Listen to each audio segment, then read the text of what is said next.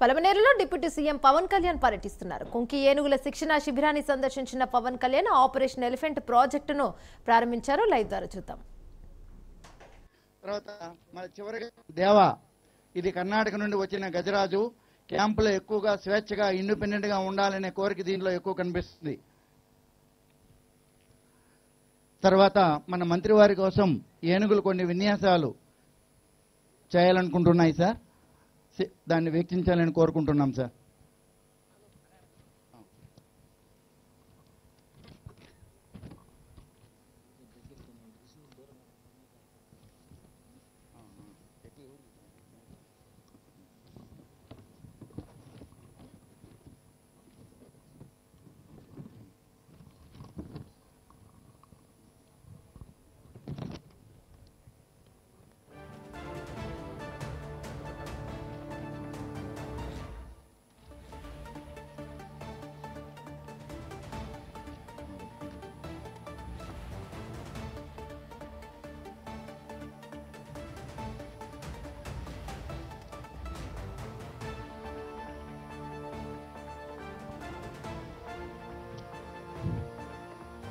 పెద్ద పెద్ద బండరాళ్లను దొంగలను మోగడానికి మన ఏనుగులు చాలా కాలం నుండి మన దేవాలయాలకు కట్టడాలకు సేవ చేశాయి.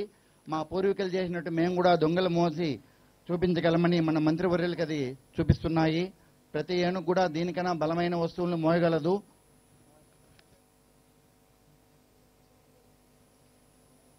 మామూలుగా ఏనుగుల గుంపులకి ఆడ ఏనుగు నాయకత్వం వహిస్తుంది. 20 సంవత్సరాల వరకు కూడా గున్న ఏనుగని అంటాం మనం. ఒక రోజుకి సుమారు 200 నుంచి 300 కేజీల ఆహారాన్ని తీసుకుంటుంది. 200 పైన లీటర్ల వాటరు తాగుతుంది. ఇది కుంకి ఆపరేషన్లో పాల్గొనేటప్పుడు మన ఏనుగులకు కూడా కొద్దిగా దెబ్బలు తగులుతూ ఉంటుంది. దాన్ని తట్టుకొని నిలబడి మనకి ఎన్నో సేవలు అందిస్తూ ఉంది ఇది. తర్వాత మనకు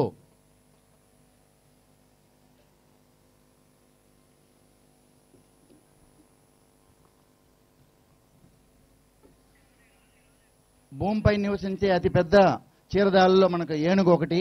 ఇవి 2 రకాలుగా ఉన్నాయి. మన ఆసియా ఏనుగు, ఆఫ్రికా ఏనుగు. మన దగ్గర ఉండేవన్నీ కూడా ఆసియా ఏనుగులు. మన భారతదేశ సంస్కృతిలో ఏనుగు ఒక భాగము. ఎన్నో దైవ కార్యాలకు ముందుగా మన ఏనుగు ఉంటుంది. ఇప్పుడు మన ముసలిమడుగు ముద్దు బిడ్డలు మంత్రివర్యుల కోసం కొన్ని పెరడ్ చేసి చూపిస్తుంది. ఆనందంతో అవి గెంకిరిస్తున్నాయి. తమని ఇక్కడ తీసుకొచ్చిన మంత్రివర్యుల్ని చూసి ఆనందిస్తున్నాయి.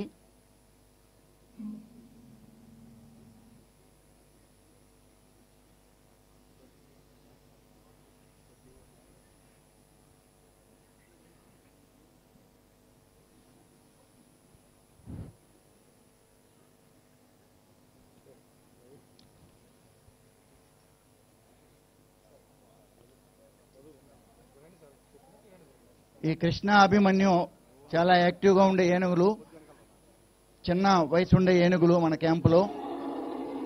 కృష్ణ చాలా యాక్టివ్గా ఉంటుంది.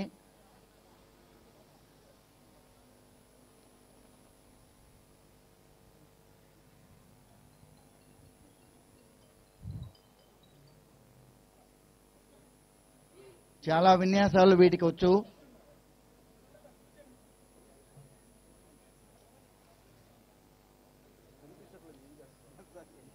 Thank you Krishna and Abhimanyu.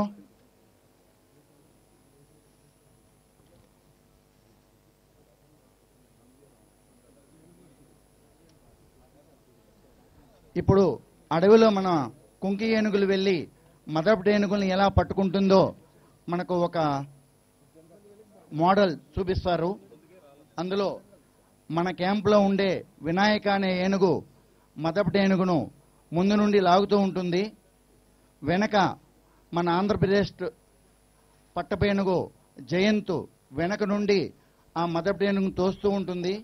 Krishna Vinayaka పక్క నుండి సపోర్ట్ చేసి ఆ ఏనుగు నడిపించడానికి ఉపయోగపడుతుంది. ఈ విధంగా మనకు ఆగస్టు 2లో